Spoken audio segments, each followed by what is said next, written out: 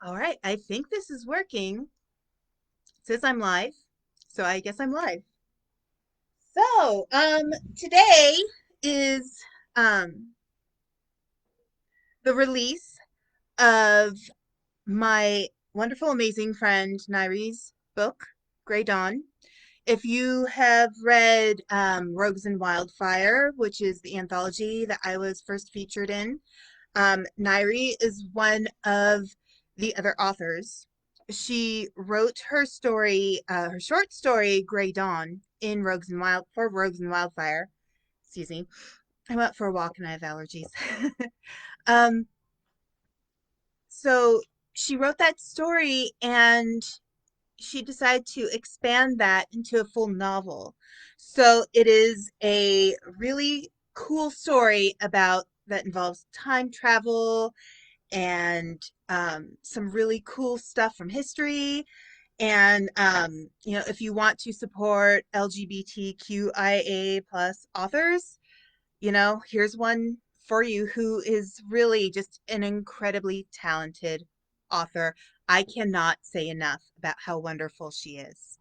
Um, her writing's just spectacular. So, in celebration of her book being released today, I've been asked to provide a little bit of information about Tanabata. Now, part of the reason why this is so important is the lead character, one of the lead characters in Grey Dawn is Lee Hunter, who is, hi, Nairi, I'm so glad you're here. So, Lee is one of the main characters, and she is half Japanese. And so, um, we want to bring in some of the cultural kind of my brain's fried right now. So we want to bring in some cultural information about Japan and specifically about Sendai, which is, I believe, the area that Lee's family is from. Um, so Sendai is known for their annual Tanabata Festival that happens every year in August, and it's a beautiful festival. It's one of the biggest Tanabata festivals in Japan. So the way how I see Tanabata, it's kind of like what I wish Valentine's Day could be. It is so much, it's like a romantic holiday, but it's also like just such a wonderful celebration, and the decorations are beautiful, and it's about togetherness. People will write wishes on colored paper and hang them from bamboo trees. Um, they'll the decorations are beautiful. I really recommend looking up Tanabata on Wikipedia, or just looking up Tanabata in Google, specifically the Sendai Tanabata Festival, and look at all the decorations. They're so colorful. They're so beautiful. Like you have to see just how amazing this festival is. Incredible. And so, the main story behind Tanabata, this is the reason why I say this is what Valentine's Day should be, because, most people's understanding of Tanabata in the West is kind of limited to the idea of writing wishes and putting them on bamboo trees, but there's so much more to that. So, behind the Tanabata Festival is the story of uh, Orihime and Hikoboshi. So I'm going to just tell the story really quick and maybe relate it a little bit back to Grey Dawn. So Orihime was the daughter of the sky god. I'm blanking on his name right now, but Orihime is this wonderful weaver who she made all the kimono for all of the gods. She's just incredibly talented. And her father loved her weaving so much, so she worked really hard to keep creating these beautiful creations of fabric. But she was lonely, and she didn't want to be alone all her life. And so her father said, "Okay, I'll find you somebody." So the sky god went all over the place and found Hikoboshi, who was a cowherd, and he introduced them. And Orihime and Hikoboshi, they fell in love so quickly, just so deeply in love. So they got married, and then they were so focused on each other they forgot to do their jobs. Orihime stopped weaving.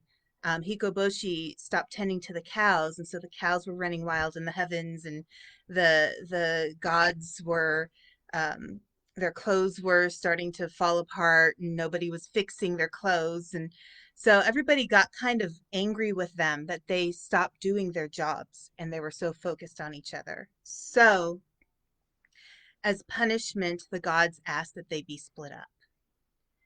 And so Orihime, she begged her father, please at least let us meet once a year.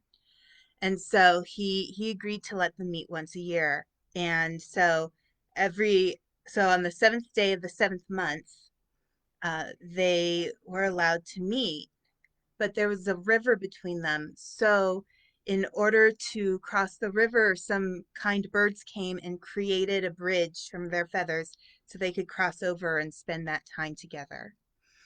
So, one of the things about Tanabata is if if it rains on Tanabata, then that means the birds can't come to create that bridge for Orihime and Hikoboshi to get together again.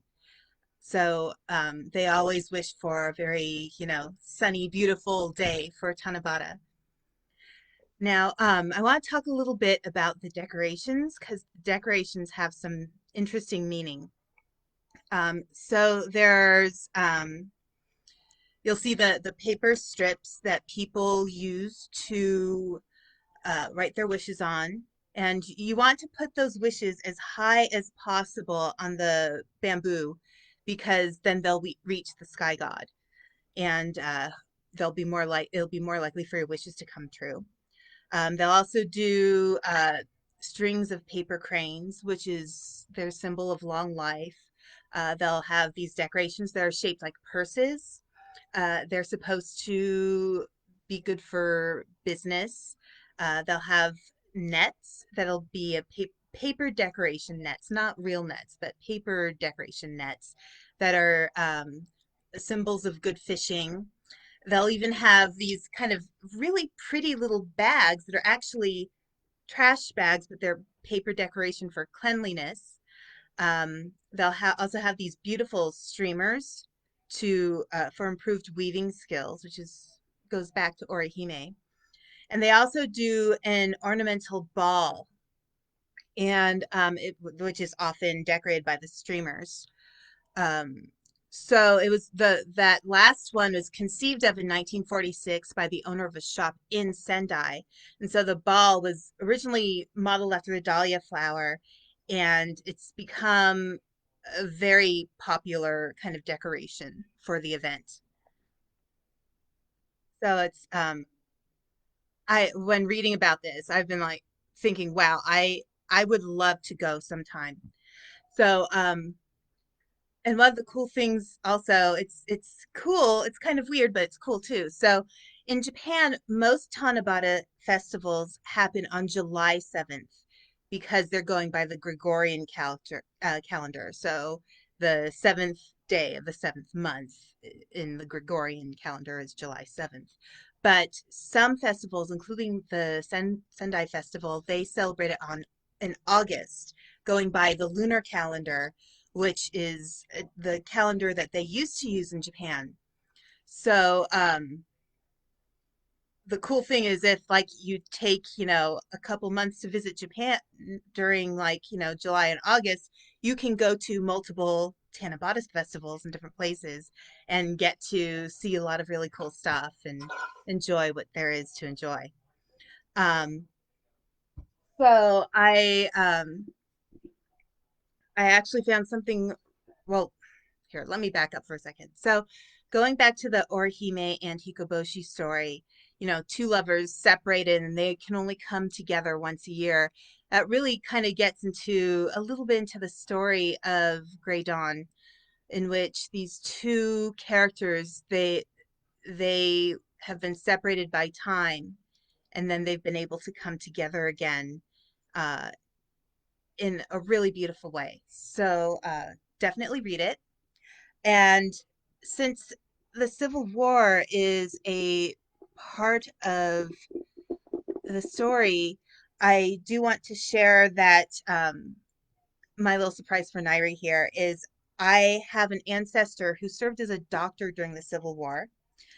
His name was Henry Mazik Clarkson. This is his book. He was a poet and he wrote poems. This is called Songs of Love and War. I don't think this book is in print. I inherited it from my grandmother. So I found a poem that I thought really fit this story. So both Grey Dawn and Tanabata, in terms of the Orihime and Hikoboshi story. So I thought I'd read it just to celebrate Nairi and her book. So this poem is called My Sweetheart is Coming Then. Hear the bluebirds, how they warble, chant and chirrup in the air. Wild winter, do you linger? Longer days will soon be here. Soon the sun will shine more brightly and my heart be glad again. Then these arms will welcome someone. My sweetheart is coming then. Hear the lark too. Do you wonder that my heart should want to sing? Old friend, do you grieve to see me kiss my hand to coming spring? In the birthdays of the daisies, when the snowdrops clothe in glen, someone sweeter than snowdrops, my sweetheart is coming then.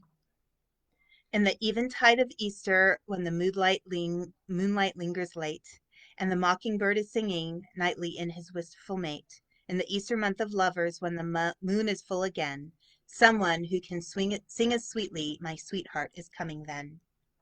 Old friend, do you wonder at me, wonder I should want to sing, when all nature wakes to greet the footsteps that will come in spring? Farewell, you've been kind, old winter. Maybe when you come again, both of us will bid you welcome. My sweetheart will be mine then. So this was written in March of what year? Let me take a look.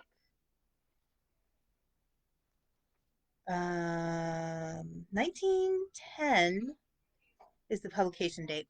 Anyway, so I'm so excited for Nairi's book.